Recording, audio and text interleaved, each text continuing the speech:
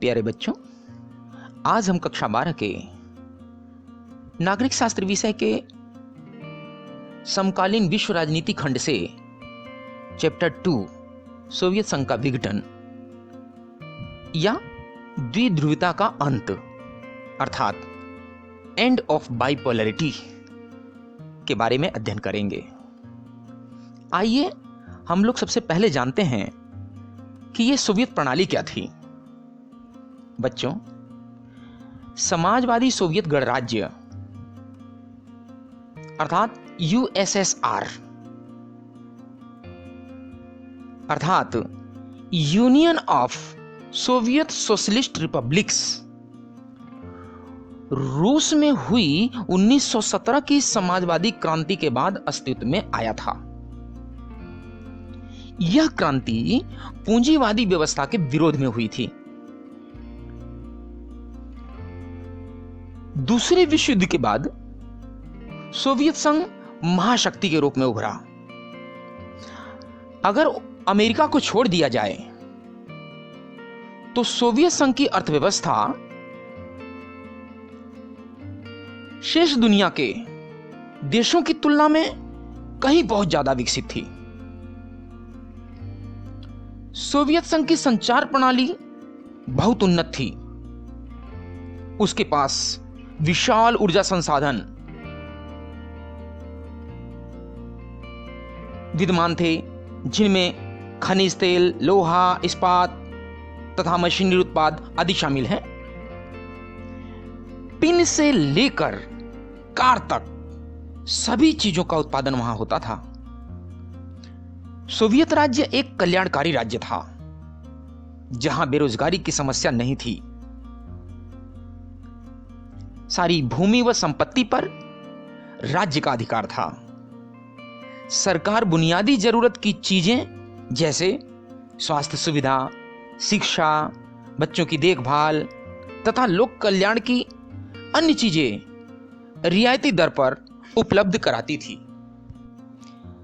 अब सवाल यह है कि इतनी खूबियां होने के बाद भी सोवियत महाशक्ति का 1991 में विघटन क्यों और कैसे हो गया? तो आइए इसके लिए अब हम सोवियत संघ के विघटन के कारण के बारे में थोड़ा चर्चा करते हैं। सोवियत संघ के विघटन के कारणों पर अगर हम गौर करें तो इसमें मुख्य कारण में निम्न बिंदु शामिल किए जा सकते हैं। नंबर 1, लोकतंत्र और अभिव्यक्ति की आजादी का अभाव। नंबर 2, रूस का प्रभुत्व। नंबर 3, हथियारों की होड़। नंबर 4, मिखाइल गोर्बाचेव की नीतियां। आइए अब हम इन पर विस्तार से थोड़ा चर्चा कर लेते हैं।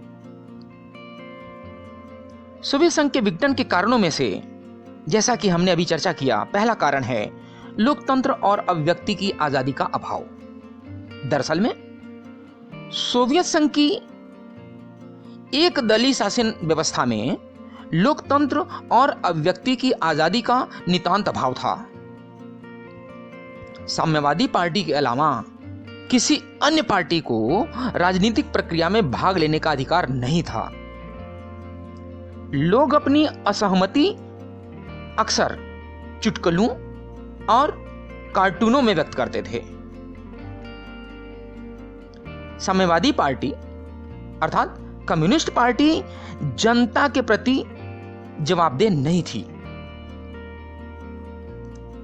स्टालिन के शासनकाल में तानाशाही रवैया अपनाया गया। कई राजनीतिक हत्याएं की गई थी। इस प्रकार जनता में धीरे धीरे असंतोष पनप रहा था। अब दूसरे कारण रूस के प्रभुत्व के बारे में हम चर्चा करते हैं। यद्यपि 15 गणराज्यों को मिलाकर सोवियत संघ बनाया गया था, सोवियत संघ के नक्शे में रूस संघ के 15 गणराज्यों में से एक था, लेकिन वास्तव में रूस का हर मामलों में प्रभुत्व था। यह हर मामले में अपनी टांग अड़ाता था, जिससे अन्य क्षेत्रों की जनता अक्सर उपेक्षित और दमित महसूस करती थी। अब सोवियत संघ के विघटन के कारणों में से एक तीसरे कारण हथियारों की होड़ के बारे में हम चर्चा करते हैं। तो सोवियत संघ ने समय समय पर अमेरिका को बराबर की टक्कर दी, लेकिन उसे इसकी भारी कीमत चुकानी पड़ी। सोवियत संघ प्रौद्योगिकी और बुनियादी ढांचे जैसे परिवहन, ऊर्जा आदि के मामले में पश्चिमी देशों की तुलना में काफी पीछे रह गया था। जनता को अक्सर यह यकीन दिलाया जाता था कि सोवियत अर्थव्यवस्था सबसे मजबूत अर्थव्यवस्था है, किंतु अंदर से यह खोखला हो चुका था।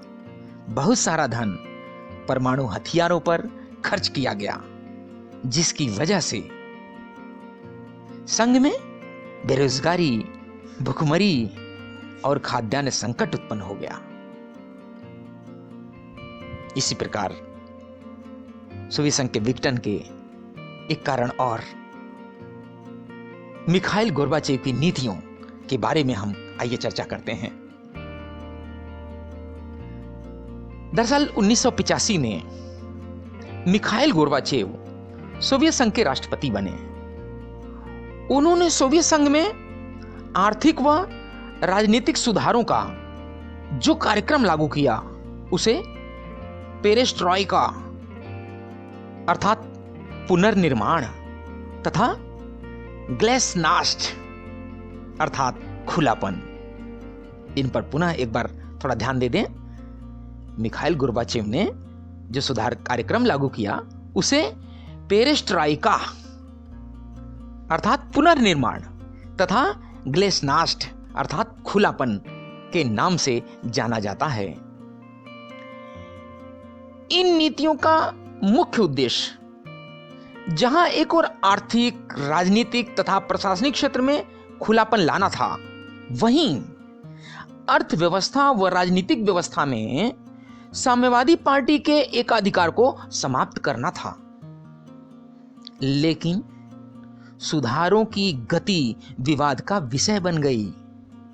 जनता सुधारों में तेजी चाह रही थी, जबकि साम्यवादी पार्टी के कट्टरवादी तत्व इन सुधारों के विरोधी थे। इसका परिणाम यह हुआ कि आपसी खींचतान में सुधार प्रक्रिया का समुचित प्रबंधन नहीं हो सका। गोर्बाचेव के इन सुधारों से होने वाले बदलाव को संभाला नहीं जा सका, जिससे सोवियत संघ का विघटन हो गया। 26 दिसंबर 1991 को औपचारिक रूप से सोवियत संघ के विघटन की घोषणा कर दी गई। सोवियत संघ के 15 गणराज्यों में से सबसे पहले रूस, यूक्रेन तथा बेलारूस ने विघटन की घोषणा की। बाद में सोवियत संघ के शेष 12 गणराज्य स्वतंत्र हो गए।